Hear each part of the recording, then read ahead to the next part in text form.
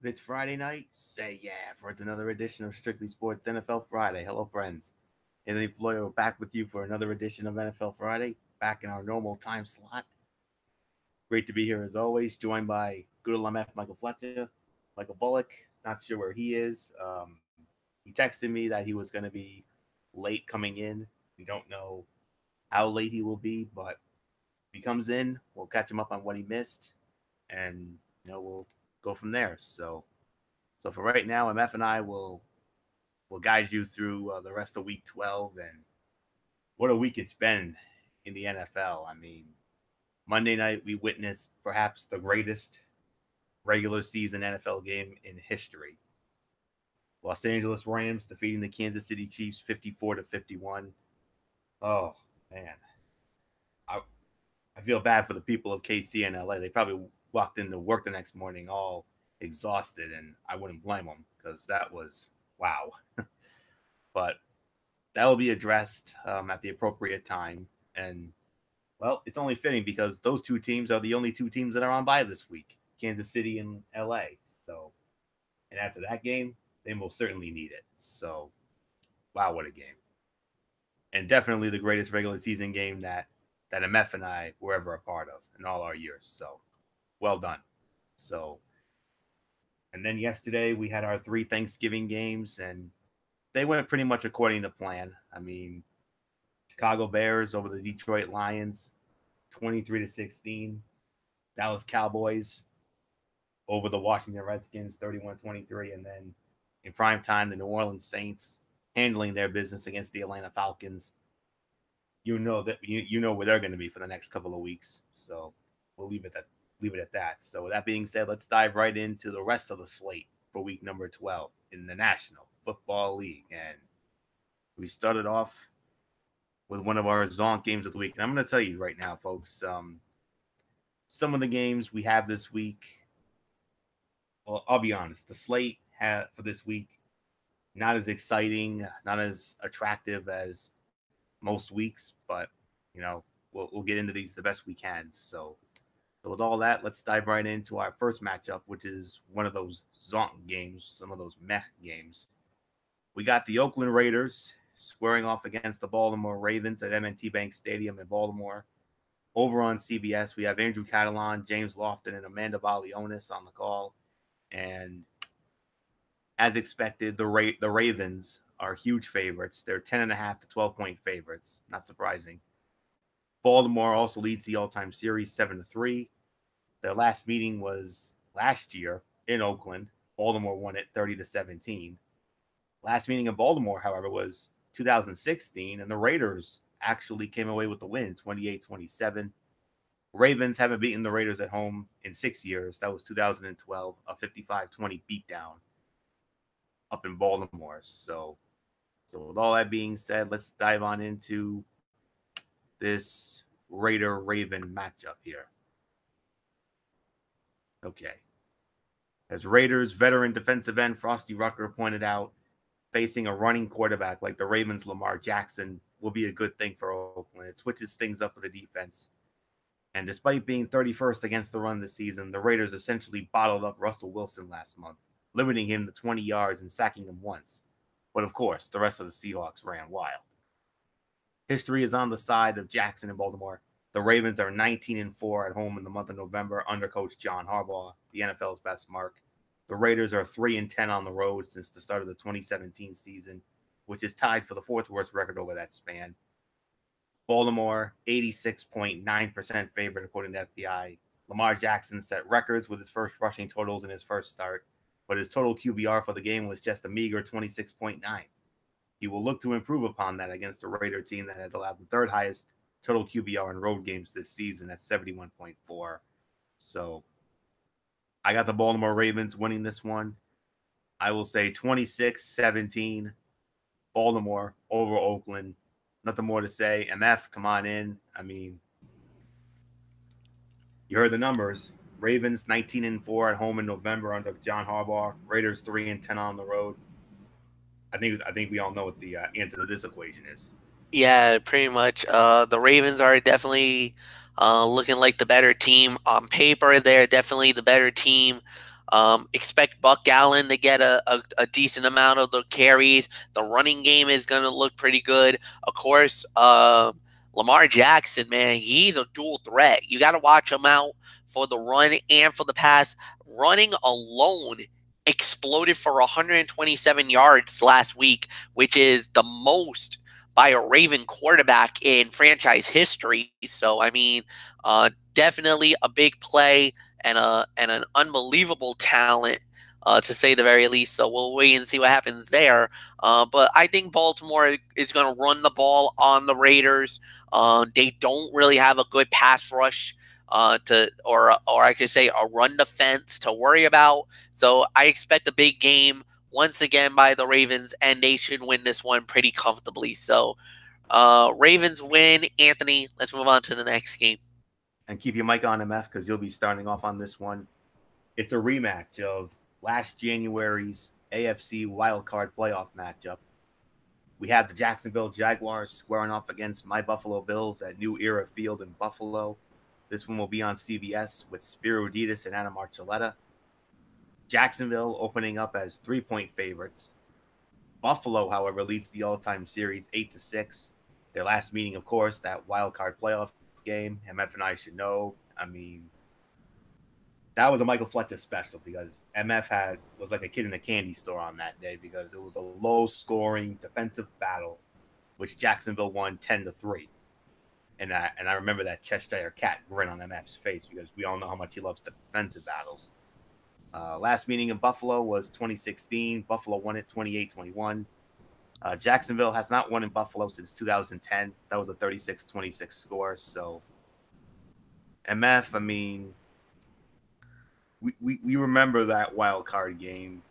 It was an MF special. You got what you wanted, a defensive battle, which Jacksonville won 10-3. And considering how bad both of these teams are, both coming in at 3-7, I think we're probably going to end up getting yet another defensive battle, much to your delight. It could be very possible. Look, Jacksonville kind of let one get away last week against Pittsburgh. They had them dead to rights. They should have won that game, and they didn't. A lot of mistakes were made in the game, especially on Jacksonville's side. Buffalo definitely got their quarterback back. Josh Allen will play on Sunday, which is good news for them. And actually, the way I feel is I really don't have that much faith in Jacksonville now, especially the way they've been playing everything else. Buffalo has had their moments where they could surprise a team or two. That's one thing that Buffalo's been known for. You know, they went into Minnesota out of nowhere and literally just crushed the Minnesota Vikings. I could see something like this happen again. Defensively, they are sound. They do have a good running attack with LaShawn McCoy, and I think they're going to run the football throughout the game because I don't think you're going to get much of an offensive firepower, so don't expect this to be won through the air. This is going to be won on the ground, and I got to say it, I actually give Buffalo the advantage when it comes to the ground attack, and when it's all said and done, I can't believe I'm about to say this, but I'm going with the Buffalo Bills to win the game. My final score is 14-10. Buffalo beats Jacksonville. Anthony Florio, it's yours. Wow, I'm surprised to hear that, MF. I don't have faith in either of these teams, honestly. I mean, Jacksonville really let me down. I mean, I made a mistake. And one mistake when it comes to, being a prognosticator in the world of sports, and that is don't believe the hype. I believed the hype, and look what it got me. I mean, MF and Bullet, they tried to warn me, but I didn't listen to them. And I got the egg on my face for that one. But, it is what it is about Jacksonville. But Buffalo, I mean, they had that incredible game against the Jets, but that was with Matt Barkley. I mean, but anyways, Leonard Fournette has had 59 touches in his first 2 games back from a hamstring injury, and there's no reason to expect his workload to decrease significantly this week. The Jaguars won the playoff matchup in January by being conservative on offense and relying on the defense. That will be the strategy Sunday, especially if Josh Allen is back for Buffalo.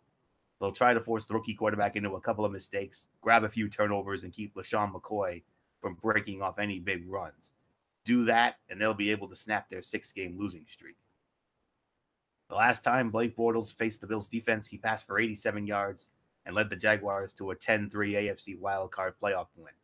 In predicting this game, the question is less about whether Bortles can beat the Bills' defense and more about whether the Bills' offense can prove the 41 points it hung on the Jets 2 weeks ago was not a fluke.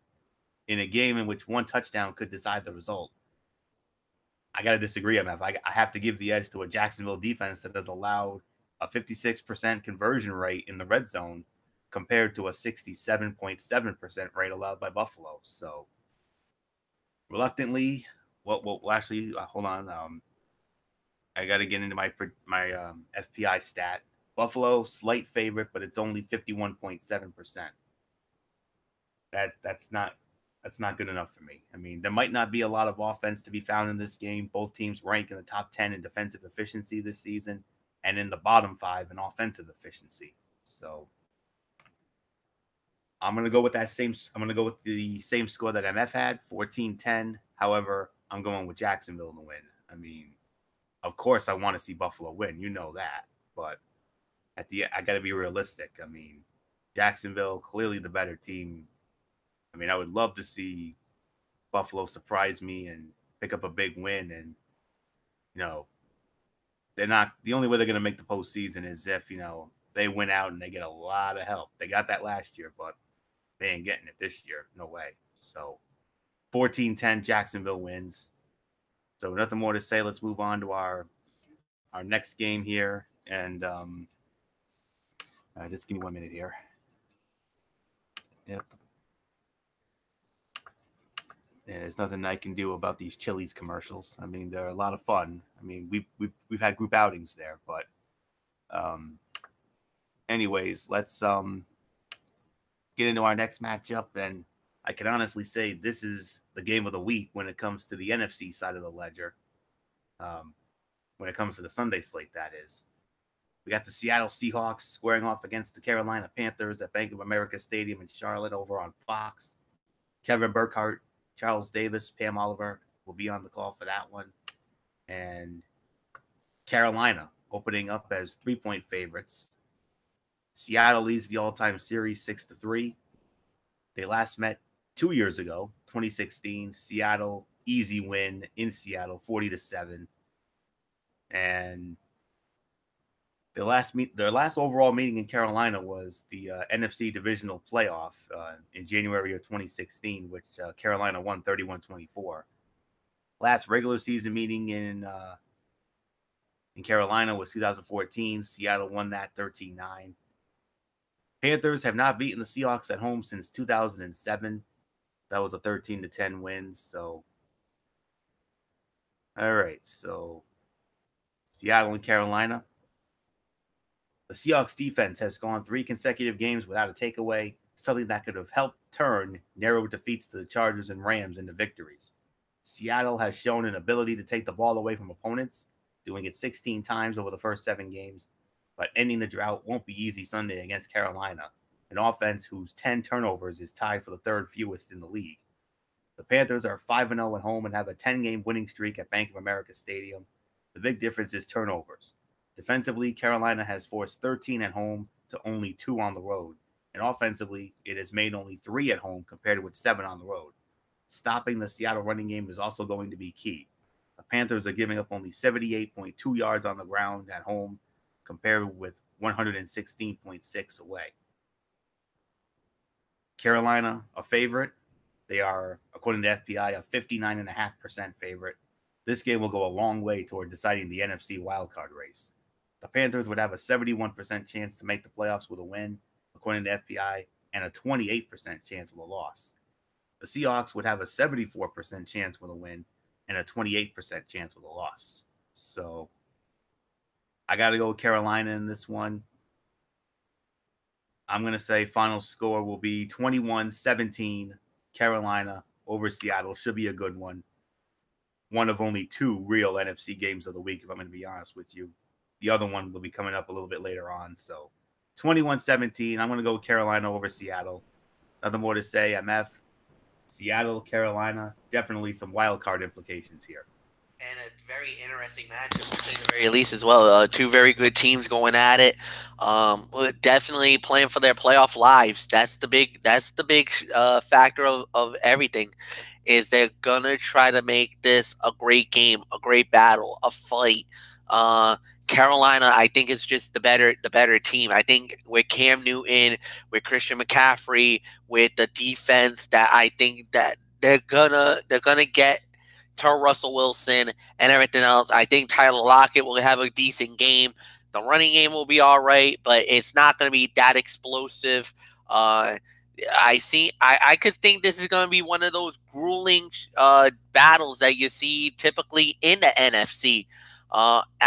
When it's all said and done, I'm going to say it. I think it will be. You made the very good point about it. I think Carolina will win it. When it's all said and done, final score, I think it's going to be 21-17, Carolina winning. So nothing more to say, guys. Back to you. And keep your mic on, MF. You'll be going up on our next one here. And we got quite a few divisional matchups coming up here. These next 3 games, as a matter of fact, will all be divisional matchups. First one, courtesy of the AFC North. We have the Cleveland Browns squaring off against the Cincinnati Bengals, the Battle of Ohio, Paul Brown Stadium in Cincinnati. CBS, Kevin Harlan, Rich Gannon, Steve Tasker, and Cincinnati opening up as 2.5 to 3-point favorites. Their first meeting this season. Cincinnati leads the all-time series 50-39, and last year it was all Cincinnati. They swept both ways. Matter of fact, Cincinnati has won the last 7 meetings in a row in this series. Of course, they won at home last year, 30-16. They've won the last 3 meetings in Cincinnati, and Cleveland last beat the Bengals overall and in Cincinnati in 2014, a 24-3 beatdown. I think that was on a Thursday night, if I remember correctly. So that's pretty much all there is to say on that. So MF, Cleveland, Cincinnati, the Battle of Ohio. Interesting matchup here. I mean, Cleveland, better, but still trying to find themselves. Cincinnati, 5-5, and they need this one if they want to stay alive in the wild card race. Oh, yeah, without a doubt. I think it's more about Cincinnati than it is about Cleveland. However, look, Cleveland's had some good moments this season. I mean, they finally broke that streak of the losing streak. They finally broke that. Had a tie against the Pittsburgh Steelers, which was inexplicable at the very beginning. And then they got a big win a couple of weeks ago. So, I mean, Cleveland has been surprising enough, and they've played hard. They battled, they scrapped, they clawed. And, yeah, some of the losses were about 7 points or less. So, a lot of their games where if a couple of plays goes their way, they actually had a pretty good record. Cincinnati is basically what you expect from the Bengals. And that's year in and year out. You just get this good, but not great. They never really have a big moment. They never really explode. You just don't expect what to get with Cincinnati, because with the Bengals, it's kind of, yes, they're good, but they can never get over the hump. They can never take the next step to be an elite team. They're basically a upper mid-card team.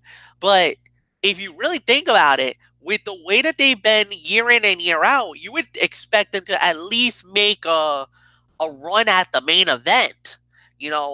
With the teams like a New England, with a Pittsburgh, you would think that they would be one of these teams that would be there at the end, because they got the great makeup. Very good defense, a good quarterback in Andy Dalton. You got a decent running game with Joe Mixon now. And yeah, there's been AJ Green's been hurt. That's definitely been a major liability this past season. But at the end of the day, you kind of wonder, is this gonna be one of those situations where that they can turn it around, make the run, and take it all the way, or are they gonna fall apart like they normally do, and then we just have to wait and see what happens there? It's kind of year in and year out. You don't know what to expect with Cincinnati. With Cleveland, you know they're going to fight hard. They're going to keep it close. They're going to be good. I think Baker Mayfield is going to have a couple of big plays in this game. I don't think they're going to explode, but you're going to expect them to have at least a good opportunity to possibly steal it. But at the end of the day, I gotta go with Cincinnati, and I think they're gonna win it. Uh, Not the most glamorous game, probably not the biggest not a blowout by any stretch of the imagination. 17-13 is my final score, but the Bengals will win this game. So Anthony, it's yours. The Browns, MF, have a chance to win consecutive outings for the first time in 65 games. Baker Mayfield played well against Atlanta and Kansas City, which ranked number 29 and number 32 in the league, respectively, in pass defense. Bengals are 31st. The Bengals could and probably will struggle to contain both Mayfield and Nick Chubb, especially now that linebacker Preston Brown is out for the season. However, the potential return of A.J. Green could swing things back in their favor. If Cincinnati's offense can look like it did at the beginning of the season, it might be able to elevate the Bengals to a win despite the struggles of the defense. Cincinnati, a 66.8% favorite according to FPI. Baker Mayfield had a career-high 94.7 total QBR in his previous game and will look to carry that momentum on the road, where he has posted a 31.7 total QBR this season, second worst among qualified quarterbacks. The Bengals have allowed a 64.2 total QBR to opposing QBs this season, third highest in the league. I got Cincinnati winning as well, but I think it's going to be a little more higher scoring than MF has it. I say Cincinnati will win. My final score will be 28-21 in favor of the Cincinnati Bengals. So nothing more to say on this. So let's move on to our next divisional matchup, which is also a first-time matchup, a first-time meeting this season. One I've done many of in the past out of the old AFC East, and how many of these we've done over the years, especially in our early years. The New England Patriots squaring off against the New York Jets, MetLife Stadium in the Meadowlands in East Rutherford, New Jersey. CBS, Iron Eagle, Dan Fouts, Evan Washburn. New England, big favorites. They're 10 to 11.5 point favorites. New England also leads the all-time series 61 to 53 with a tie. They won the last 4 meetings in a row, which means they swept the season series each of the last 2 years. They won in New York last year 24-17, and the previous year 22-17. And the last time the Jets beat the Patriots overall and at home was 2015, when they came away with a 26-20 overtime win. So needless to say, these two teams always play close games in the Meadowlands. Unlike in Foxborough, that's a different story. But anyways, let's get into this AFC East matchup. The vibe from the Patriots locker room all week has been that the team is capable of more consistent performances on the road, and now the players want to prove it. Getting healthier with the projected returns of Rob Gronkowski and starting right guard Shaq Mason also could help. The Jets say they haven't quit on the season or head coach Todd Bowles, and recent history suggests this will be a competitive game. In fact, the past 5 meetings at MetLife Stadium have been decided by 7 points or fewer, including 2 Jets victories. Another upset? Let's not get crazy. The Jets have averaged only 10 points a game over their past 4, all losses. New England, 80% favorites. They're a large favorite on the road, projected to win 80% of the time by FPI. There has been only 1 game so far this season with a larger road favorite, according to FPI. That was New England over Buffalo last month on that Monday night. So there's nothing more to say on this. I think it will be another close competitive game. Josh McCown will be starting for the Jets. I heard that today. But I'm still going to go with New England to win. I think it will be yet another close game. My final score, 24-16, New England over the Jets. So nothing more to say on this, MF. How many of these games have we done over the years, especially in the early years? Oh, so many to even talk about, so many to even decipher. But I will say this, guys, or I will say this, is that what I kind of wonder what on earth is New England, what's their mindset right now? Because for the longest time, we've always thought about them being a legitimate threat. We always talk about them being a Super Bowl contender, year in and year out, and we think that they're better and the whole 9 yards. But in the last few games, I mean, we haven't seen the best Patriot performance out there. And 2 weeks ago, they got absolutely humiliated by the Tennessee Titans. Of all teams, the Tennessee Titans plays at their home in Nissan Stadium and absolutely rolls the New England Patriots into a position that I don't think none of us has ever seen New England get beaten. And we've seen a lot of Patriot losses in our day that were close down to the wire, whatever, a la the Super Bowl or whatnot. But I don't think I ever remember seeing them get blown out, humiliated the way they did against Tennessee. It wasn't even close. So now you go with the Jets, and with the Jets going at it, with everything that happened with them, embarrassing performance against the Buffalo Bills, you kind of wonder, does that mean that this is their opportunity? Are they going to get the, what are we going to expect? So I don't know. We're just going to have to wait and see. I know one thing's for sure. It's going to be an interesting matchup. And anytime a team plays in the AFC East, it's always competitive. Doesn't matter what the team is. You could be at the bottom. You could be near the top. It's always going to be a battle in itself. So I think New England will win it, but I don't think it's going to be as close as Anthony has it. I'm sorry. I kind of disagree with the sentiment. I think the final score is going to be 28-13. New England blows out the New York Jets. So nothing more to say. Anthony, it's yours.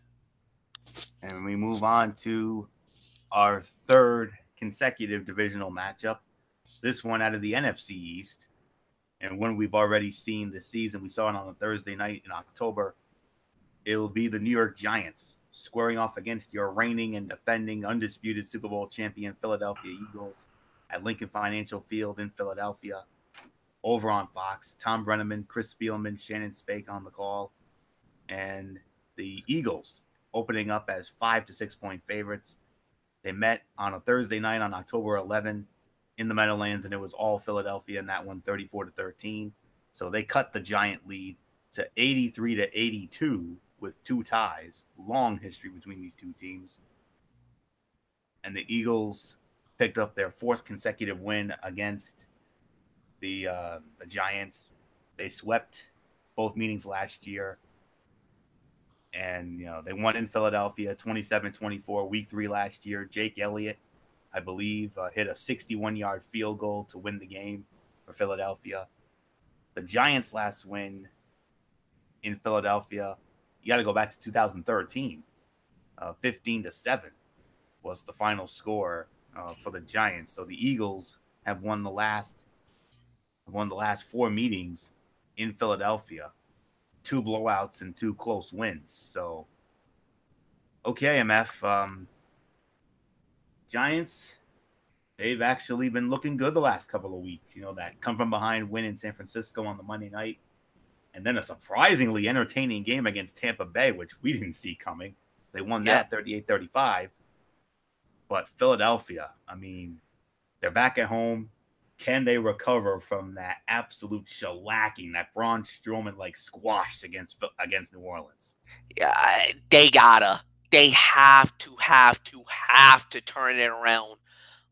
If they don't, I mean, this has been a horrible, horrible season for Philly. Definitely, I'm gonna call it the way I see it. They're in the Super Bowl hangover. There's no doubt about it. They are caught in the Super Bowl hangover. Um, but they're going up against a New York Giant team. Yeah, they're playing better, but look at the teams that they just beat. I mean, the Niners are not that great. Tampa has quarterback problems up the yin yang. So now you're going up against a team that has a lot better defense, a better quarterback. The only advantage you have in this game, and I'm going to be real honest with you, I think Saquon Barkley is a better running back than any of the backs that the Eagles have right now. So the best way to beat, and I'm going to openly admit this, the only way that New York wins this game, they got to feed the ball to Saquon Barkley. They got to try to get Odell Beckham Jr. going early in this game and try to dictate the tempo. Do not let the Eagle offense get on the field and try to grind this game out. Go slower pace, but you got to try to grind this one out. If you grind it out, you might have a good chance of pulling off a big win in that case. But you're in Philly, Lincoln Financial Field, and you know the fans are. This is not going to be an easy game to win. So for me, I'm going to say I got the Eagles winning this one. My final score is 21-14. I think Philly's just going to do enough to eke out the victory here over the New York Giants, even though I think the Giants are a very gamed team. So this is going to be a good matchup, but I think the Eagles will win. So nothing more to say. Anthony Florio, it's yours. Yeah, the Eagles, they've owned this rivalry of late, winning 8 of the last 9 and waxing the Giants earlier this season on that Thursday night. But they're stumbling entering this one. Having given up 75 points in their past 2 games, that should allow the Giants to score some, keep it close, and cover the spread. But it won't be enough. Philadelphia can rush the passer, 26 sacks, while the Giants have allowed an NFL high 36 sacks. That'll be the difference. Injuries have hit the secondary so hard it's barely recognizable when it comes to the G-men. There's a plausible scenario in which the corners are Shandon Sullivan, Devontae Bosby, and Creevon LeBlanc. Of that group, only LeBlanc has started a game in the NFL. The offense has failed to score in the first quarter in 8 of 10 games. The Giants will have the opportunity to unleash Odell Beckham Jr. early and ride Saquon Barkley the rest of the way. Philadelphia is the favorite according to FPI, 67.8%. The defending champs have an uphill climb to make the postseason, and winning this game against the Giants is a must. The Eagles would have only a 5% chance to make the playoffs with a loss and are favored in only 2 of their final 5 games after this one, according to the FPI. But I am going to go with Philadelphia, just as MF did. Final score for me, I'm going to go 26-24. I think it'll be a close one, but I'm going to go with Philadelphia Fly, Eagles Fly in that one. So nothing more to say. Let's move on now to our final 1:00 matchup. And it's a zonk game here. We have the San Francisco 49ers squaring off against the Tampa Bay Buccaneers at Raymond James Stadium in Tampa. Over on Fox, we got Kenny Albert, Rondé Barber, and Megan O'Leary on the call. Tampa Bay opening up as 2.5 to 3-point favorites. But it's San Francisco with a sizable series lead. They lead the all-time series 17-5. However, Tampa Bay won the last meeting 2 years ago in San Francisco, a 34-17 beatdown.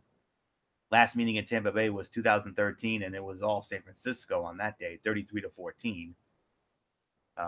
Buccaneers have not beaten the Niners at home since 2004, believe it or not. That was a 35-3 beatdown, so that's the history here. So no team in the NFL has more turnovers than the Bucs, 29, and no team in the NFL has fewer takeaways than the 49ers, 5. Both teams should be able to put up points, and this has the makings of a big day for Niners running back Matt Breida. But the bet here is that the Niners, who must travel across the country for this one, won't come up with the takeaways needed to break a 5-game losing streak against NFC South teams. this is the easiest game that remains of the Bucs' final 6, and it's at home, where they are a somewhat palatable 2-2 this season. It's also what could be Jameis Winston's final shot to prove he deserves to stick around after getting benched earlier in the season.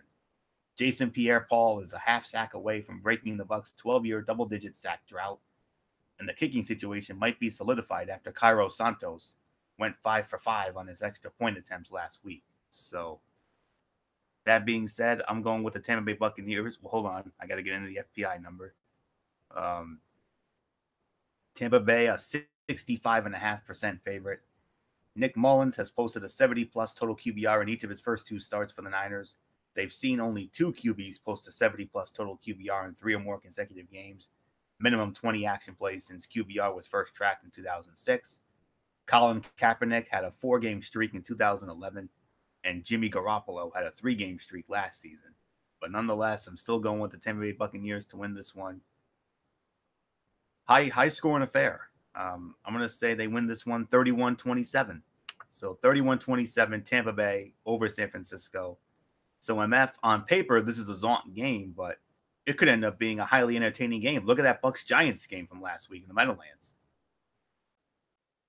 Yes, no, definitely. Without a doubt, I think it will be an interesting game, a thrilling matchup to say the very least, and it will be definitely one that will have us all glued and glamored to our televisions on Sunday.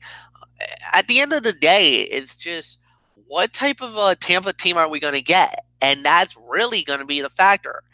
If Jameis Winston is a turnover machine, makes some mistakes like he normally does, and plays a horrible game, I'm going to openly admit that I think San Fran walks out of here with the victory. They get the W, they win. Other than that, there's really nothing more that I could see, at least upset wise, but I think Tampa should win this game. They just got the better overall team. The makeup is a lot more better, and plus they're at home as well. So 28-24, I got Tampa winning, but I'm not as overly confident about that game, to say the very least. So Anthony, it's all yours. Fair enough, MF. Fair enough.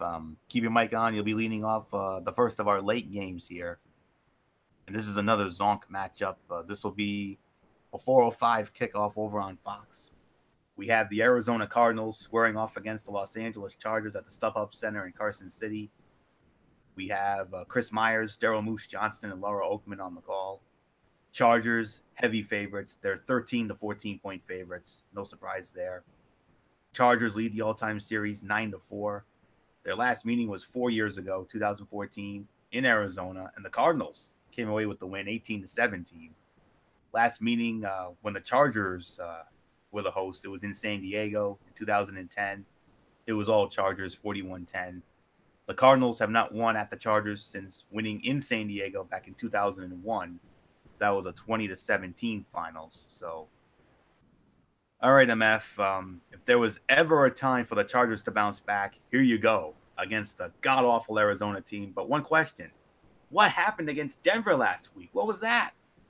You know what? I'm still wondering about that game. I don't know. I mean, sometimes when you play a divisional opponent, these things do tend to happen.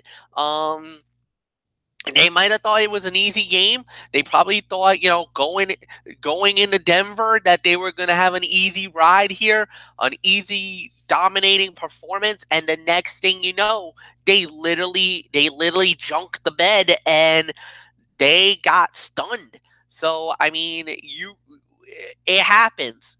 You think it happens in any sport. You think that you have an easy road, you think you have an easy victory, you underestimate your opponent, you get punched in the mouth, and you don't respond. This is what happens. You lose. So it's one of those type of instances that, even I would openly admit, am I stunned that this happened? Most likely not. But the way I feel or the way I see the way that this game turned out, it's not really a I'm not gonna call it a major upset because it's not, but it was a great performance, a great job, and the team that rightfully deserved to win the game was the Denver Broncos. They deserved to win the game. They outplayed the Chargers in my mind. So at the end of the day, we'll see what happens next. But absolutely great performance and a great victory, to say the very least.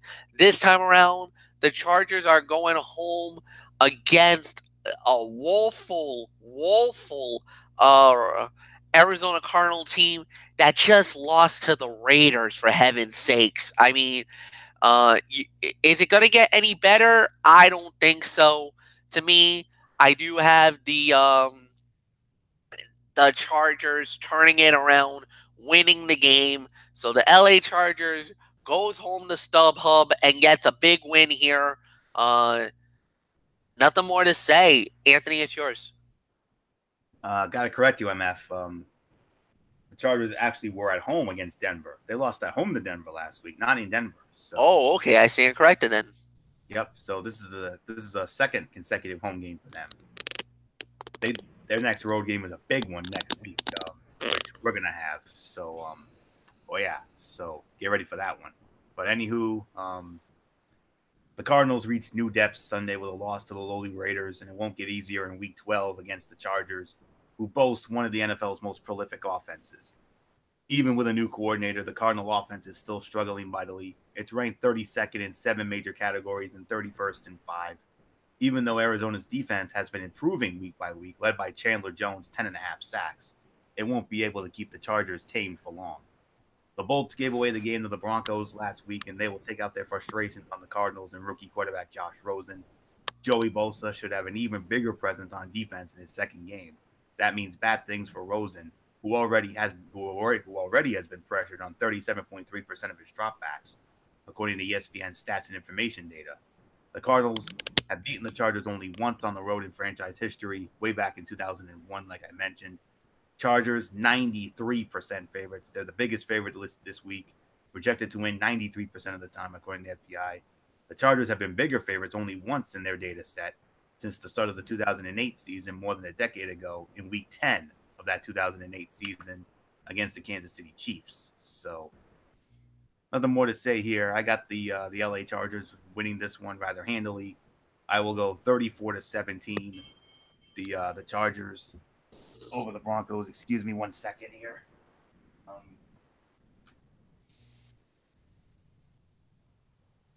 Yeah, okay. Michael Bullock has texted me, so that's in the pit. So okay. Yeah, I just got a text message from Michael Bullock. He's gonna be late for the show. Yes, you already told me, Bullock. I'm right here. Remind me. So Hey, I'm right here. Oh, there you go. All right. Yeah, you sent me a text message just a moment ago that you were gonna be late. So all right, Bullock's here. So let's get you caught up on what you missed here. So go rapid fire here. Oakland Raiders, Baltimore Ravens. Well, that's easy. The Baltimore Ravens. Jacksonville Jaguars, Buffalo Bills, the rematch of last January's AFC wildcard. Go figure, Florio. It was months ago that these two met in the playoffs, and now look at them. It's tough, but I got to go with the Jags. Seattle Seahawks, Carolina Panthers. This is another tough one for me to call, but I got to go with the Carolina Panthers. Cleveland Browns, Cincinnati Bengals. The Cincinnati Bengals. Your New England Patriots against the New York Jets. Well, the Patriots, they bounced back after that embarrassing loss to the Titans. So give me the Patriots over those Jets. New York Giants, Philadelphia Eagles. It's another tough one, but I'm going to go with the Eagles. San Francisco 49ers, Tampa Bay Buccaneers. I'm going with the Tampa Bay Buccaneers. And the game that we just talked about, the Arizona Cardinals and the Los Angeles Chargers. Los Angeles Chargers. All right, so you're all caught up now. Let's move on now to our 425 kickoffs. And I think maybe for all intents and purposes, this might be the Tony and Mikey game of the week right here. I'm sure MF will either confirm or deny that when we get to him, but we got the Pittsburgh Steelers squaring off against the Denver Broncos at Broncos Field at Mile High in Denver. It's over on CBS, and on the call for this one, hello, friends. Jim Nance, Tony Romo, Tracy Wolfson. You saw them yesterday on Thanksgiving. You're going to see them again here. Pittsburgh opening up as 3-point favorites.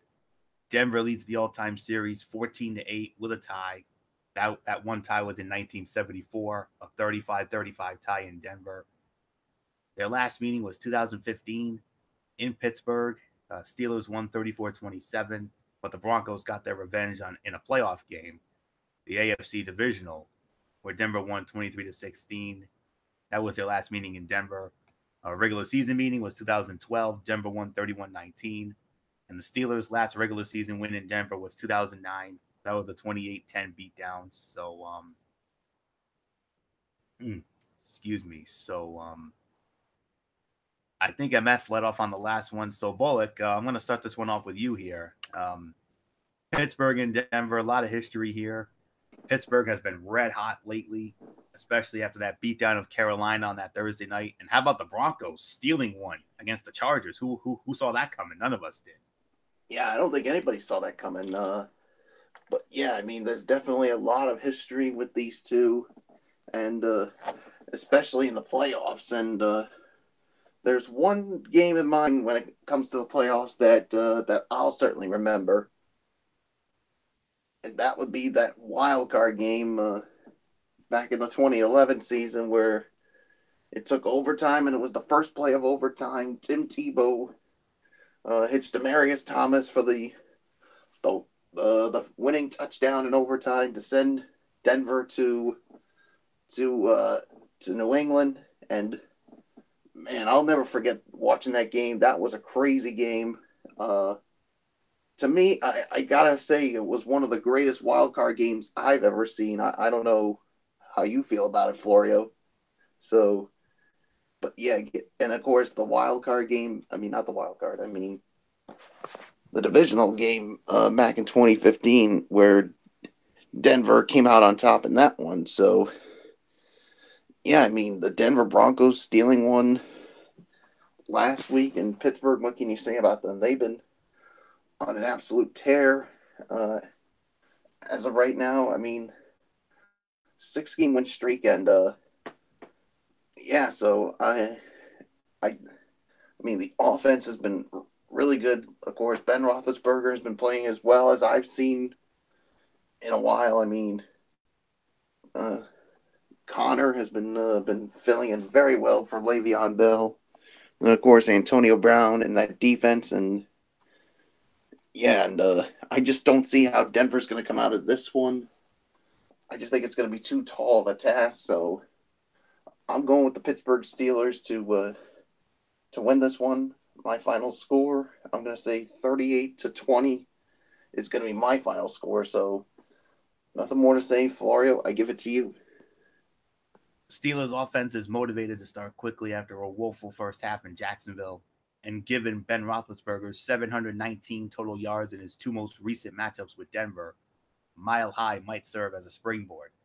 The Steelers are 15-1-1 in their past 17 road games, and they usually perform well defensively against middle-of-the-road quarterbacks. The Broncos have struggled to hold up in pass defense at times, and the Steelers throw the ball plenty. Denver can get another upset with a big day from its own offense, especially running the ball, to go with some heroics from Von Miller and Bradley Chubb on defense. But the Broncos will need their best effort of the season to do just that. Pittsburgh is a 60% favorite. The Steelers will have greater than a 95% chance to make the playoffs, win or lose, according to FPI. But whether or not they would be playing on wildcard weekend hinges greatly on this game. Pittsburgh would have a 53% chance for a first-round bye with a victory, and a 26% chance with a loss, according to FPI. So nothing more to say here. I'm going with the Pittsburgh Steelers to win this one, but I think it's gonna be a little bit closer than Bullock thinks. I'm gonna go 27-20, Pittsburgh over Denver. So nothing more to say. MF. I'm not sure which is our game of the week here. If it's this one, do that thing I like, the Phil Simms thing to my gym dance, as I say, hello, friends. And how many times have we done Steelers Broncos over the years, regular season and playoffs? Oh yeah, without a doubt. Another great matchup, another great battle. And plus, if you're the Denver Broncos, you're playing with the house money, especially after that big win over the Chargers last week. And Pittsburgh, like we said, like Michael Bullock has been saying, Pittsburgh's been rolling lately. They've just been dominating. Great battles, great teams. They're looking like the Steelers of old, guys. They're starting to put their defense is starting to come together offensively. Ben is looking great. James Conner has been a revelation, to say the very least. AB, Antonio Brown, definitely proven to be one of the elite wide receivers in the NFL today. And yeah, this is going to be a very interesting matchup because it's the Pittsburgh offense versus the Denver defense. And let me tell you, man, you want to talk about the war in the trenches.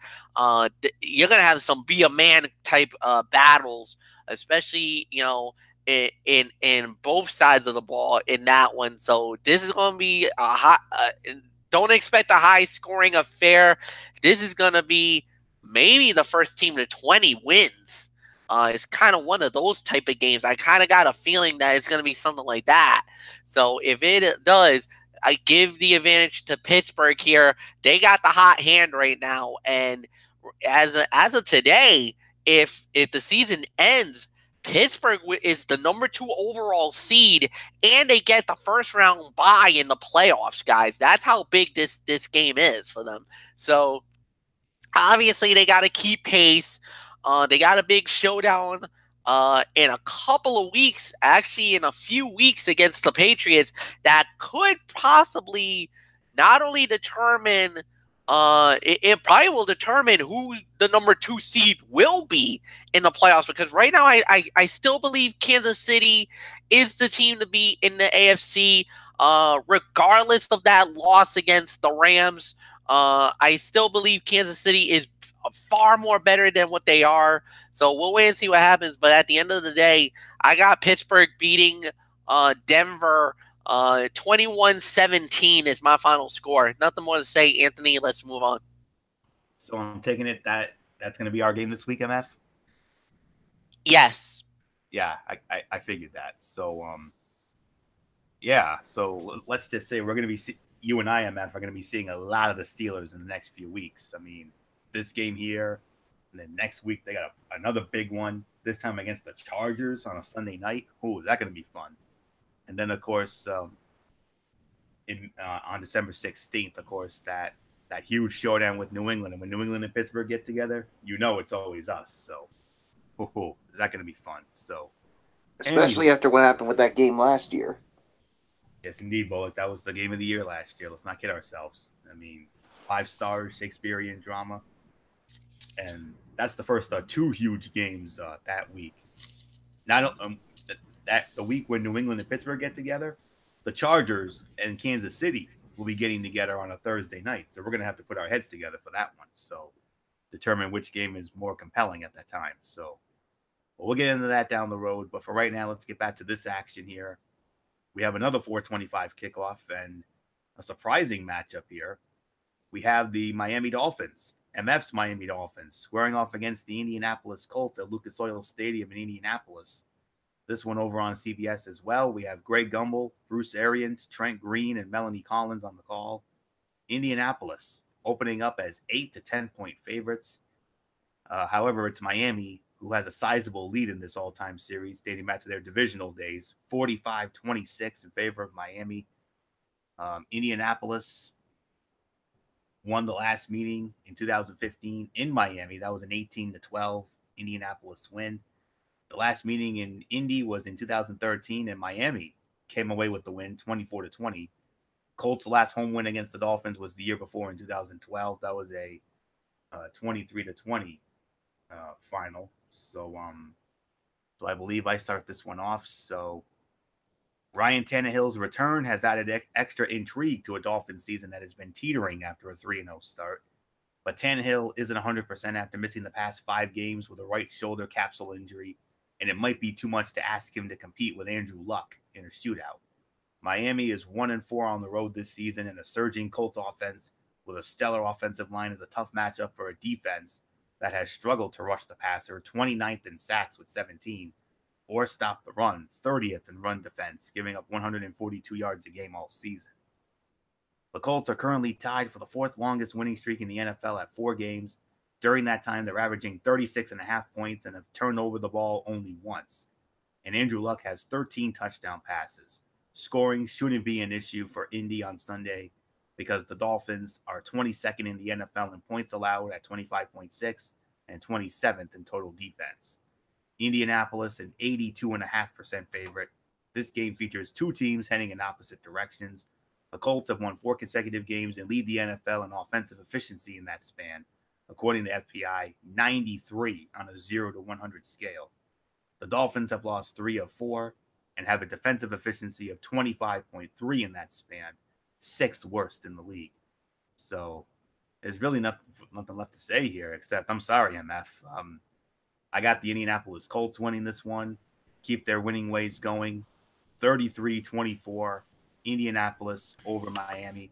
So nothing more to say. MF, the good news is you got your starting quarterback back, Ryan Tannehill. The bad news is you're going up against a Colt team that for the first time in a long time actually looks halfway decent. And this is a bad time for the Dolphins too.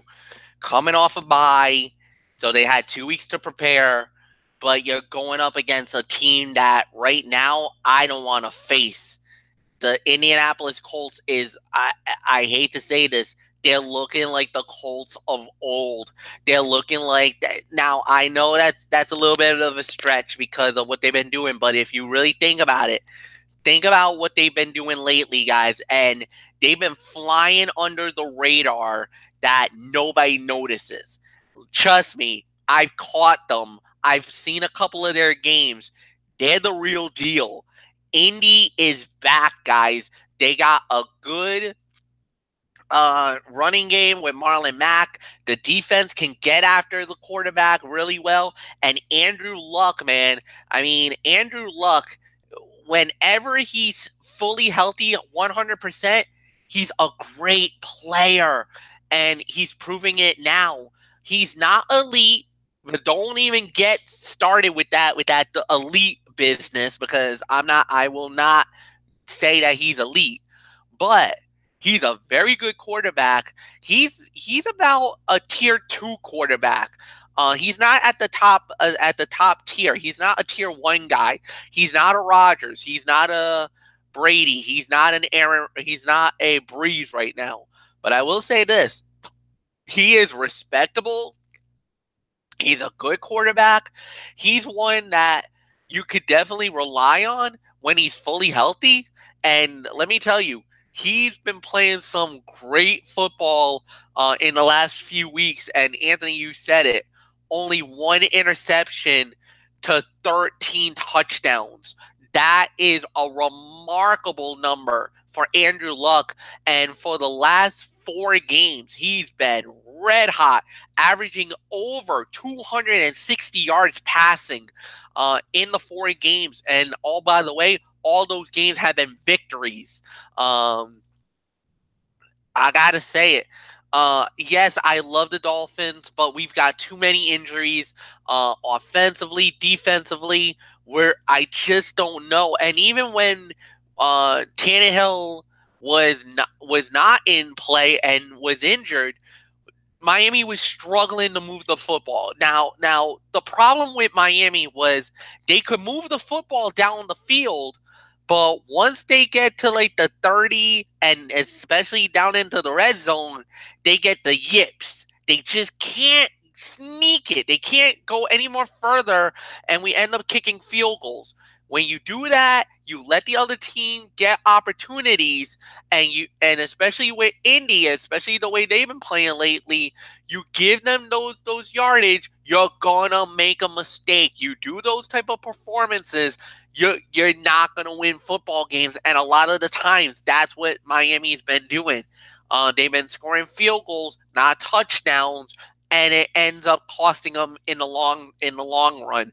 The defense have been great because they've been bending. They haven't been broken, but especially second half, third quarter, fourth quarter, you get worn down, and then the floodgates open, and Miami gets crushed. I hate to say this, but I think that's what's going to happen again. Miami's a really good team, but they just can't put it together. Every time they try, it never works. So my final score is very reflective of the season that it's been for both teams. 28-13, Indy beats Miami. Michael Bullock, I give it to you.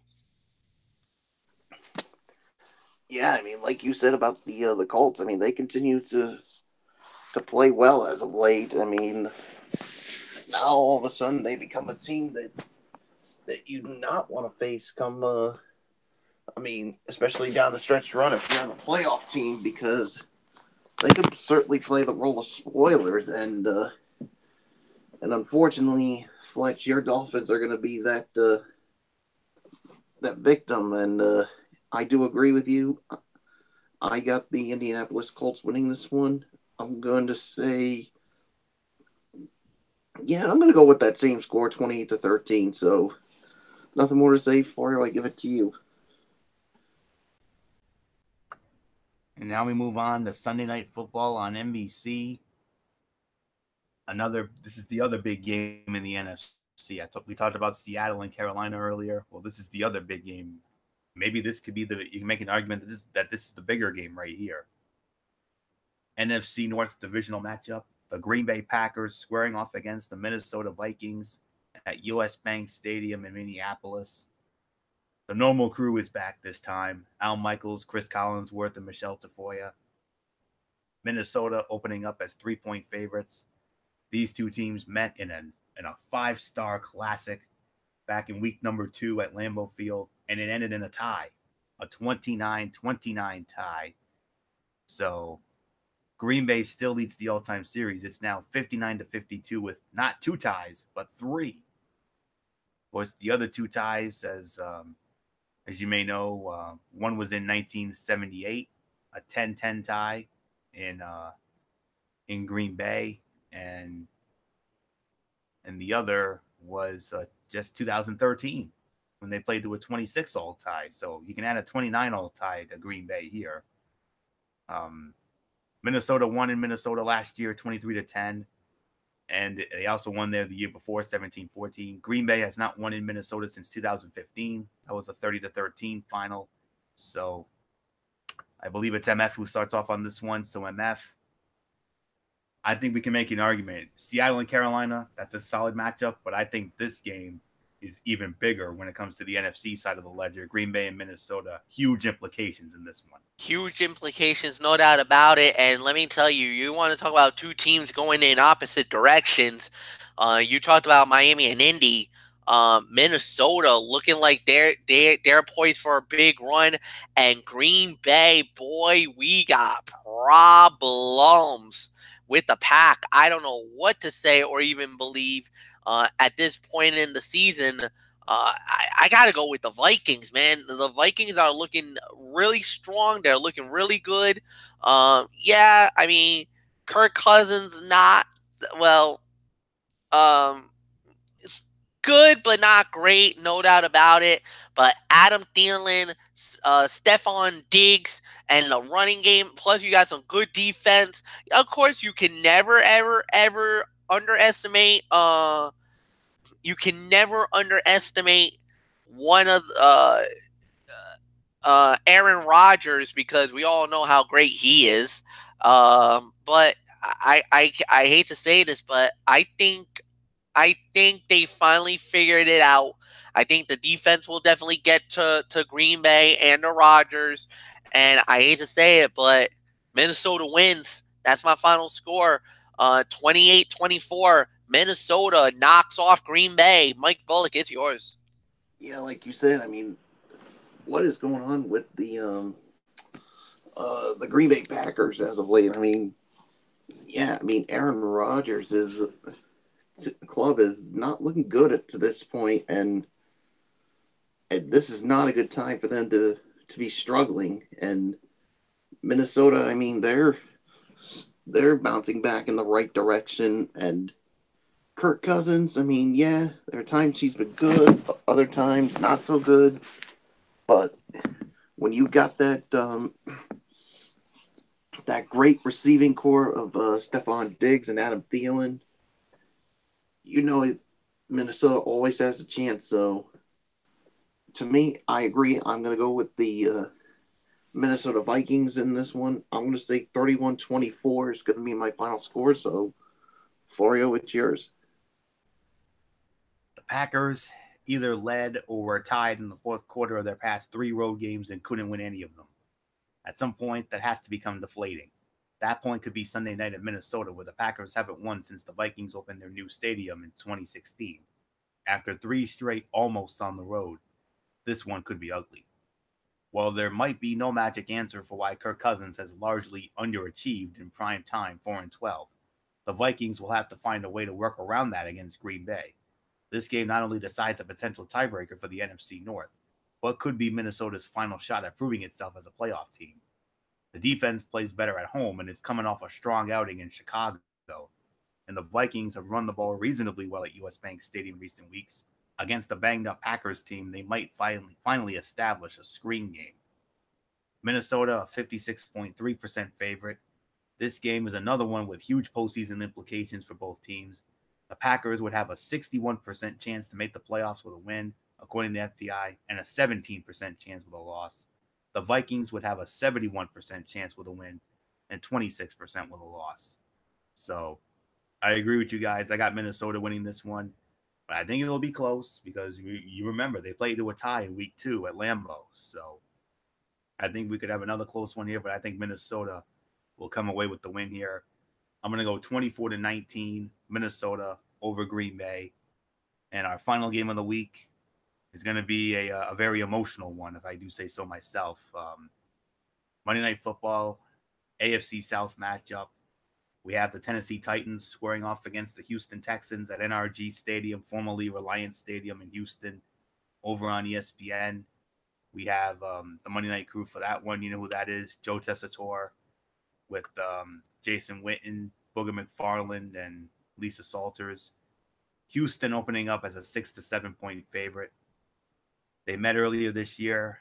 They also met back, I believe, in week number 2, and it was Tennessee who came away with the win in Nashville, 20 to 17. So that, when you add that into the Houston Tennessee equation over the years, Tennessee added to their lead. Tennessee now leads the all-time series 18 to 15. Titans won at home the last few years. It was their 3rd straight home win over Houston. Houston hasn't won in Nashville since 2015. That was a 34-6 final, but this is in Houston. Last year in Houston, it was all Houston, 57 to 14. That was the Deshaun Watson show, as you all know. Tennessee, man, it's been a while since Tennessee's won in Houston. They haven't won there since 2011. That was a 23 to 22 final, and it's been all Houston at home. They've won the last 6 meetings at home. But Michael Bullock, as we start with you, the reason why I said it's going to be an emotional Monday night was, I'm sure if you didn't hear the news today, yeah, I heard about it. Bob McNair, the longtime owner of the Houston Texans, he passed away at the age of 81, and I think the Houston Texans are going to want to honor his memory with a very impressive win. Yeah, I mean, like you said, I mean, what was a regular Monday Night Football game is going to turn out to be one of the most emotional Monday night games. I mean, especially with the news today that their owner, the Texans owner, Bob McNair, passed away at the age of 81, and you know there's not going to be a dry eye, especially for those Texans fans or the players who've been around Bob McNair, and he was the reason why football returned to Houston back in 2002, and of course they got to the playoffs for the first time in 2011, and of course they've also made, in total under his ownership, they made the playoffs 4 times. So yeah, Houston's been playing well as of late, but I think they're definitely gonna play hard for their late owner. So to me, I got the Houston Texans winning this one. They've just been playing so well as of late. 7 in a row. I think it's going to be 8 in a row. I'm going to go 20-24. Houston beats Tennessee. So, Florio, I give it to you. You're absolutely right, Bullock. I mean, there's not going to be a dry eye in the house on Monday night. I expect there to be a very special ceremony to honor the memory of Bob McNair prior to the game on Monday night. I wouldn't be surprised in the least with that. But anyways, the Texans are white hot heading into their Monday night game against the Titans, having won 7 games in a row and averaging 28 points a game over the past 3. Other than the hiccup against Indianapolis when the unit gave up 37 points, Tennessee's defense has been solid, allowing only 18.9 points a game. But with or without Marcus Mariota, the Titans' offense has been erratic. This will be a matchup of good defenses as both teams are ranked in the top 6 in scoring defense. Tennessee is allowing an average of 18.9 points to 20.5 for Houston. The Texans will continue their winning streak and avoid getting swept by Tennessee for the first time since 2007. Houston, a 74.2% favorite. Marcus Mariota is questionable after re-injuring his elbow last week. The Titans are underdogs on the road with a 30% chance to win, according to FPI. But if Blaine Gabbert starts, their chance to win would drop to 20%.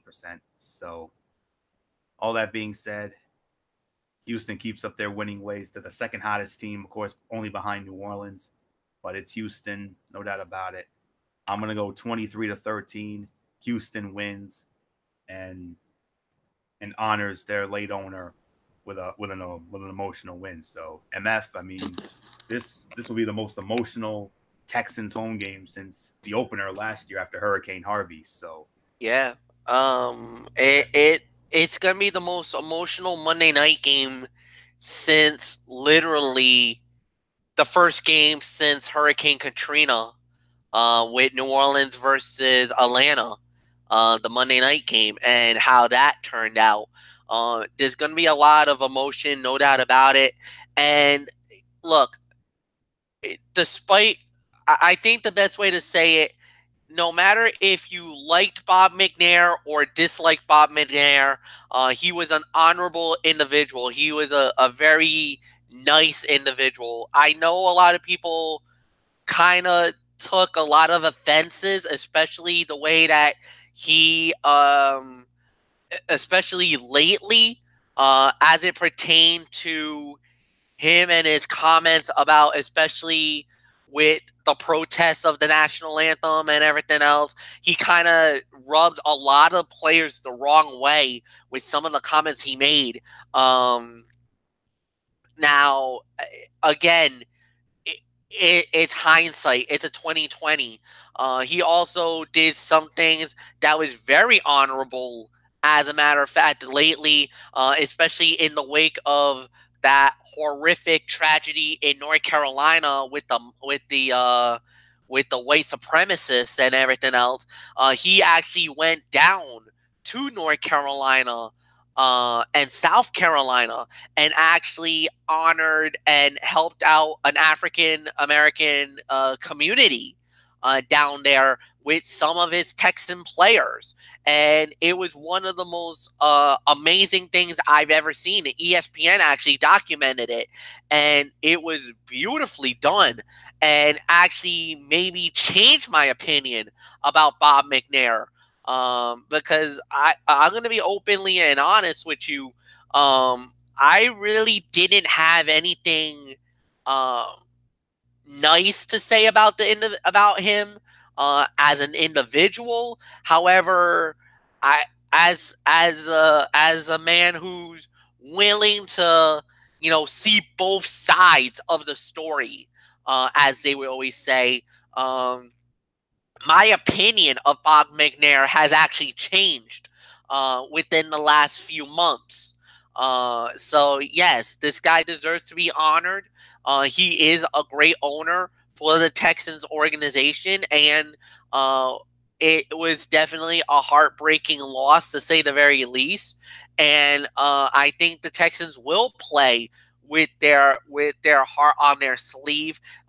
This team is definitely coming off of a very emotional week. I kind of want to see how the Texans will come out, especially early in the game, because there's going to be a lot of raw emotions and everything else that's going on in that battle.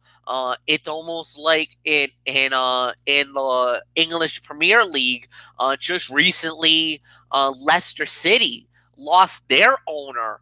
Who was responsible for them to break the curse and to win the Big Ten, the championship almost 3 years ago. Their owner passed away in a helicopter crash after he was watching their team play. It was against Newcastle United, ended in a draw, and while leaving, him and 5 colleagues, people that were very close with him, left the helicopter pad near the King Power Stadium in Leicester, England, and basically the helicopter went down, burst into flames, and unfortunately, the owner of the team, and all the passengers passed away, losing their lives. So the next game, which was a couple of weeks ago, a very emotional scene, to say the very least. And for me, I feel it's going to be one of those moments. It's going to be very emotional. It's going to be very, there's going to be a lot of hearts on that field, especially for Mr. McNair and for the Texans organization. It's going to be an unbelievable game, an unbelievable matchup, divisional opponent on Monday night, nationally televised audience. Here we go, guys. It doesn't get any bigger than this. So I think the Texans will answer the bell.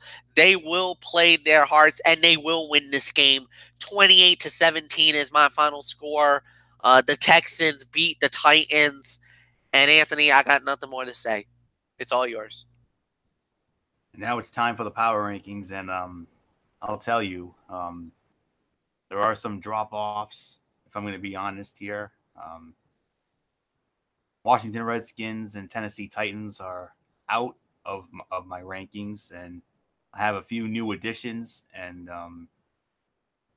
yeah, so with all that being said, all right, so here we go. Let's dive on in, and my first number 10. I got to go with the Dallas Cowboys.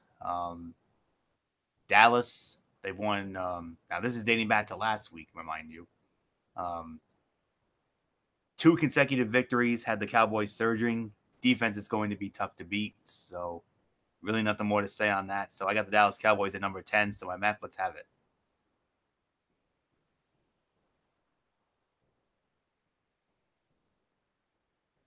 With Dallas, I could probably see that. I could probably agree with that for the most part.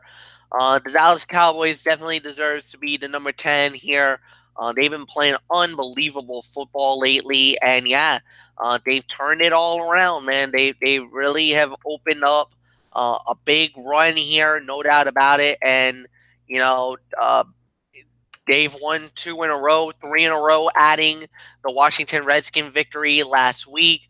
So without a doubt, they've been playing some great football within the last couple of weeks. So nothing more to say. Michael Bullock, I give it to you. Yeah, number 10 for me is the Dallas Cowboys. I mean, yeah, they've been playing well as of late, but I'll say this right now: when we do our next power rankings next week, they're definitely going to go up again after what they did yesterday on Thanksgiving Day. But for right now, I got to go with the excuse me, with the Dallas Cowboys as my number 10. And before we move on to number 9, we got some finals in some of our top 25 games. Oklahoma beats West Virginia in a shootout, 59-56, and we have an upset in the Pac-12. The Washington Huskies upset the number 8 Washington State Cougars, 20-15. So, yeah. So talk about a pretty crazy day for college football on Friday. We certainly can't wait for tomorrow. So let's move right along to number 9 and let you kick it off. Oh man, this is once I'm gonna say it, the top is the most easiest. It's just getting to the top is the most difficult, to say the very least. I'm probably gonna get some disagreements. I'm probably gonna get whatever type of attitude and everything else. But look, I'm gonna say it. My number 9 right now, I kind of gotta. I'm getting a feel for it more than anything else. This team is 5-5. I gotta go with the Baltimore Ravens at number 9. I know it's probably a disagreement and everything else because they gotta probably show me something or anything else. And look, with the way that the schedule's laid out, with the records that everything's going on right now, I just can't really see any other team that's really worthy in the power rankings. I mean, you can make an argument for certain teams. Like I said, once you get to the top, it's a lot more easier. But other than that, that's it. So my number 9 is the Baltimore Ravens. Michael Bullock, it's yours.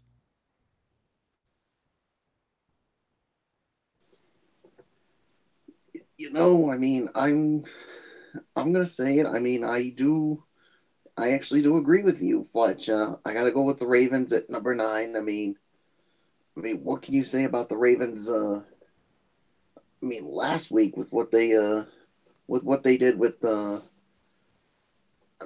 they got a win last week. Trying to see what over the Cincinnati Bengals and doing it with the Lamar Jackson as the starting quarterback, and I thought Lamar Jackson played really well in the absence of Joe Flacco. So I was impressed with it. So I think it's good enough for them to be in for now.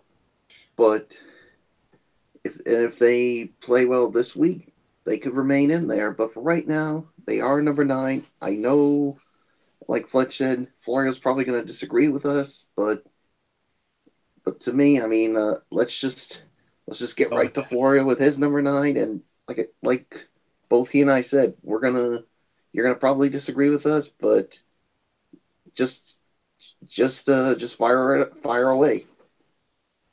I think what we should do, I think we should have transposed here. I think we should have put Baltimore at 10 and then Dallas at 9. That's just how I feel about it. I mean, we got the right teams, and MF, you're absolutely right. The bottom tier is, a chore. Let's not kid ourselves. Once we get to the upper echelon, that's going to be a hell of a lot easier. But I think what we should do, we should transpose here. I think Baltimore should go in at number 10. Yeah, I think it should be a flip-flop. Baltimore 10 and Dallas at 9. Yeah, I agree with that. I kind of disagree. I think Dallas should go a little more higher. I could see now, hear me out. I could probably see a team like the Seattle Seahawks at number 9. I mean, 5-5. They do have a 1-game winning streak. I think Dallas deserves to be recognized a little more higher because of the fact that, the way that they've been winning their games I actually would make an argument that they deserve to be number 8 and number 9. But How that's about just this? me. That's just me. That's just me. I got it. Just I got it. I got it. throwing. I got it. I think we should put Baltimore and Seattle as a tie at number 10. Put them in there. And yeah, we'll put Baltimore and Seattle at 10. And I still think Dallas should be 9 because remember, we got a red hot Indianapolis Colts team that we gotta think about. So Well, I had the Colts a little more higher. I had them at on 8. my. Oh, I don't know about that. I mean, if anything, I know I'm gonna upset the apple cart here, but I actually had the New England Patriots at 8 because of them getting one factor. I gotta punish them for getting the blowout loss. The blowout loss, but I didn't even have them in there last week. But I also would have put them in regardless because the 7-3, I can't gloss over that. The overall record is actually worthy enough of staying in the rankings. As much as we would like to throw them off for the embarrassing performance, I did. Well, here's the problem. There's not enough teams in my mind that's worthy enough of being in the rankings. Well, that's where we got the apples to oranges argument then. Of course. So that's I got this. I got it all figured out. All right. So that's right. I don't believe MF was with us last week. Or was he? I don't know. But the New England, I didn't have the New England Patriots were not in the rankings last week. That blowout loss. I mean, I'm sorry, they had to be punished in the worst way, and I knocked them out of my rankings last week. They didn't even deserve to be in the rankings last week. So I know the record is there, and they lead the division. Very true, but I don't know. But they got to show me something against the Jets, and if they do, then okay. But for right now, I can't. So blowout loss still weighs heavily on me. So what we'll do, we'll put Baltimore and Seattle at code number 10s because I think they're in the same boat. I'm going to put Dallas at number 9, and then number 8. That's where I'm going to go with the Indianapolis Colts. Indianapolis Colts are coming in at number 8 because Andrew Luck is playing unreal right now, and the defense is getting better. You got to watch out for that team. So that's all I can say on that. So Baltimore Ravens and Seattle Seahawks are co-number 10s. Dallas Cowboys are number 9. Indianapolis Colts are number 8. That's it. Apples to oranges. MF, go for it. Well, like I said, at this point, what I would do is obviously, I could okay, I'll give you the benefit of the doubt on the tie between Seattle and Baltimore. I'll give you that. I'll even give you the Dallas at 9. I can't give you Indy. No way. They've been playing great football without a doubt, and in my mind, there's no way that I can put them over the Patriots, especially what they did lately. Now, I know you don't have them in the rankings. Fair enough. You could make your argument, but after the big run that they had, yes, it was a demoralizing loss. It was an embarrassing performance, but they still lead the division by 2 games. They're still relatively in the conversation for a first round bye if they beat Pittsburgh. So obviously, I'm not gonna overlook any of that. I agree with you, Fletch. Any of that up to this point. Now, granted, I could do another punishment, and the other team that I could go after is the LA Chargers because they're in the same boat as New England. Identical records, the whole 9 yards. But their loss wasn't too bad. But their loss wasn't too bad. Yeah. And I'll also go as far to talk about Kansas City because they're also in the same boat because of their loss, but they had the game of the year, so it's still in my top 3. Yeah, it's kind of it's kind of a tough situation with them. So I don't know. We'll wait and see what happens. I'll give you my thoughts with the Chiefs in just a little bit. So nothing more to say. Michael Bullock, it's yours. Yeah, I'm actually going to agree with Fletch. I mean, I'm going to put the Patriots at number 8. I know Florida is not going to have them in there. I mean, but Fletch makes some valid points. I mean, yes, the loss was embarrassing. Yes, they got embarrassed and humiliated, but they still lead their division. They're still in play for a first-round bye, and if they win out the rest of their games and the Chiefs lose one more game, there's still a chance they can get the number 1 seed overall. So all those things, I mean, come into play here. So to me, I cannot overlook the Patriots. I'm sorry, Florio. New England's my number 8. I don't care what you say. So let's just move right along.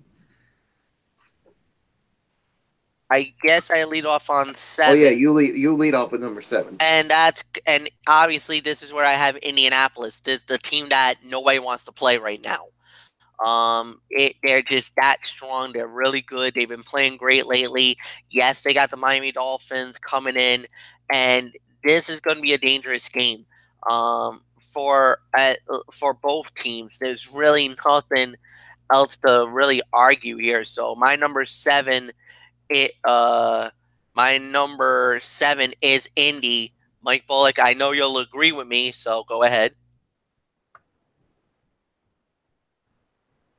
Yeah, I'm going to put the Indianapolis Colts as my number 7 as well. So I know Florio's going to disagree with us on this, so let's just hear his number 7. Houston Texans. Houston Texans come in at the number 7 because we got to figure in the records and everything else. This hardly looks like a team that's lost its first 3 games, and you got to credit their coach Bill O'Brien for the turnaround. But now that I think about it, in my opinion, Houston should be a lot higher than that. So I'm gonna. Yeah, I was about to call you out on that. On my part, Dipsy do Bachiru on my part. I read it wrong. Houston is not number 7. Matter of fact, I've got them in my top 5. That's where they deserve to be. So Los Angeles Chargers are the appropriate team that comes in at number 7. Bad home loss to the Broncos, not the look of a Super Bowl contender as far as I'm concerned. So Houston comes in, or I should say the Chargers rather, come in at number 7. So give me the Chargers at 7. Number 6, just missing the top 5, just barely, the Chicago Bears. They impressed in beating up on the Vikings Sunday night. Remember, this goes back to last week. Next week, they'll definitely be in the top 5. They are one of the major surprises this season. So happy birthday, Matt Ward. That's all I can say on that. So Chargers 7, Bears 6. MF, did I get it right? No, you got that right. And I was about to expose you on that one. I was gonna say, wait a minute. You just punished the team who's won 7 in a row, and then you turned it around. You found your way there. So no, it was that is absolutely right. You made the right decision. At the end of the day, I can't disagree with what you did. So no, that's a correct decision. For the Chargers, it was a tough luck loss, and then you could easily make an argument that that Houston deserves to be where they're at. I kind of feel like maybe now this is just me personally. I would like to. Maybe we'll get into another debate about this because I I'm kind of torn because yes, Houston's great and they deserve all the credit and everything else, but where Not on top earth? five win. They're not top five. Yeah, but I was gonna say why is Pittsburgh not here? Now I would that's just me personally, my thoughts alone. But if you go by overall records, yes, Pittsburgh is better. But quality of wins, maybe quality of play, it's kind of apples to oranges again. But I'll give you Houston. So I'll give you Houston and I'll give you the Chargers. So no arguments for me. So Mike Bullock is yours. I said Chicago, actually. Oh, Chicago?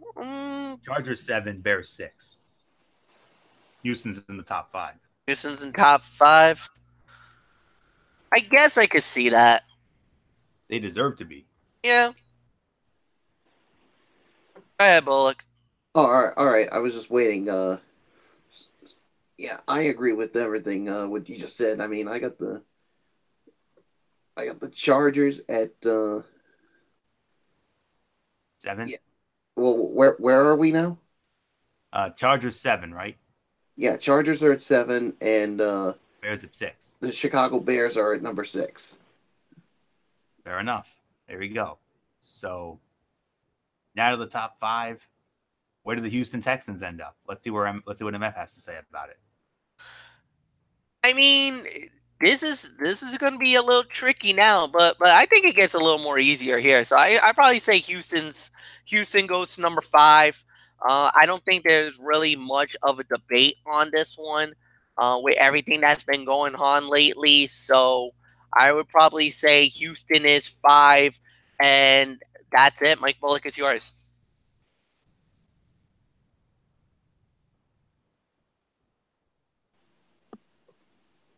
Yeah, I agree. I mean, the Houston Texans, they're my number 5 as well. So yeah, there's really nothing more that needs to be said. Florio, I give it to you. Houston Texans. Houston Texans come in at number 5. Like I said, this hardly looks like a team that lost its first 3 games, and you got to credit their head coach Bill O'Brien for the turnaround. So that's all I can say on that. Houston comes in at number 5. Number 4, Pittsburgh Steelers. I mean, it was not pretty at Jacksonville, but they found a way late, and that's what good teams do. So Pittsburgh comes in at number 4. Come on, MF, you can't argue that. Disagree. Kansas City. It's a minor punishment. I could only drop them down one spot because, yes, it was a great game. Yes, it was an unbelievable game, and it deserves the credibility that it does. But I cannot, in good conscience, award a team to stay in a spot despite a loss. I'll drop them down one because I think that's the right thing to do. Fair enough. But they deserve to be in the top 5. They're still the top team in the AFC. There's no doubt about it. What happened in that game did not deter me one bit. That makes me believe that the Kansas City Chiefs is not going to be the representative in the AFC. As a matter of fact, they went up against Anthony's favorite and basically went toe-to-toe in 12 rounds. And basically, you could say the Rams won by a split decision. It wasn't a knockout. It wasn't anything else. It was a war of attrition. Basically, the Rams won the fight 115-113. 6 rounds to 4. So, I mean, 7 rounds to 5. I'm sorry. I did my math wrong in boxing.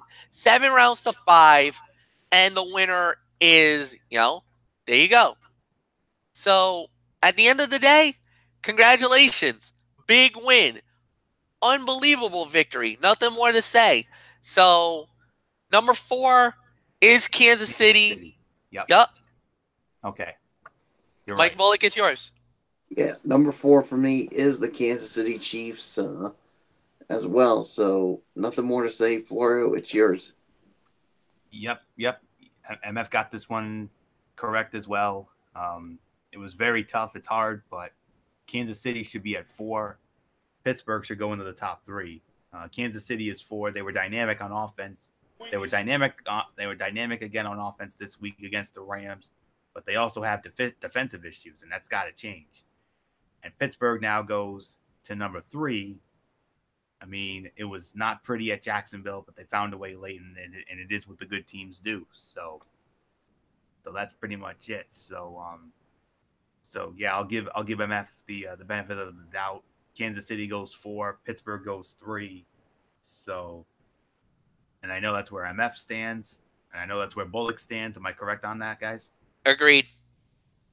All right. So I think we're agreed on that at 4 and 3. So we definitely know who the top 2 teams are. So I'll start it off at number 2 with the Los Angeles Rams.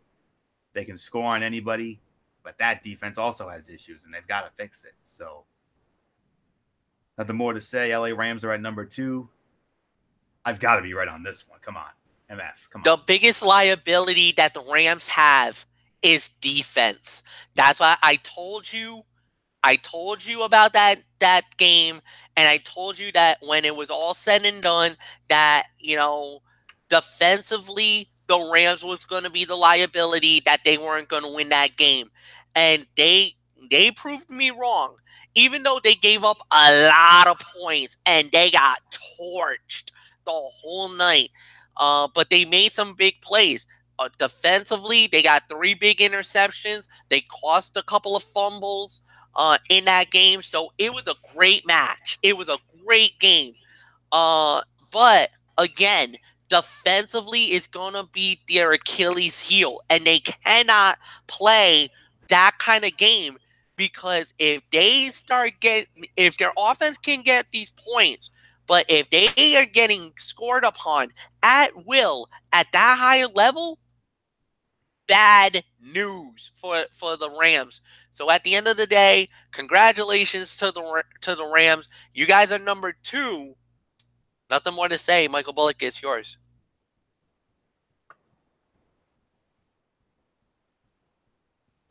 Yeah, my number 2 is the LA Rams as well. So I think we all know who the number 1 team is. So Fletch, I give it to you. It's the New Orleans Saints. They're rolling. They're doing everything that they got to do. They're playing some great games. They're continuing to dominate. They're doing everything the right way, and that's what we got to call it. They're doing it the right way. It's just those unbelievable matches, unbelievable games, and at the end of the day, they're just making those crucial moments. And yeah, so we're going to keep playing. It's been amazing. And number 1 is the New Orleans Saints. So Mike Bullock is yours. Yeah, without a doubt, the New Orleans Saints, they're my number 1 team as well. So Florio, put a bow on it. New Orleans Saints. Who that? Who that think they're going to beat them Saints? Nobody. They just keep on rolling and look to be getting better by the week. The defense is improving. Spoiler alert, they'll be number 1 again next week because of what they did on Thanksgiving night against the Atlanta Falcons. So 2 through 10 next week will probably be a chore again, but it is what it is. But we already know number 1, that's not going to change. Not this week and certainly not next. It's going to be the New Orleans Saints without a doubt. So, and as of now, the road to the Super Bowl in the NFC will go through New Orleans, Louisiana in the Superdome. If that's the case, you remember what happened the last time they had that.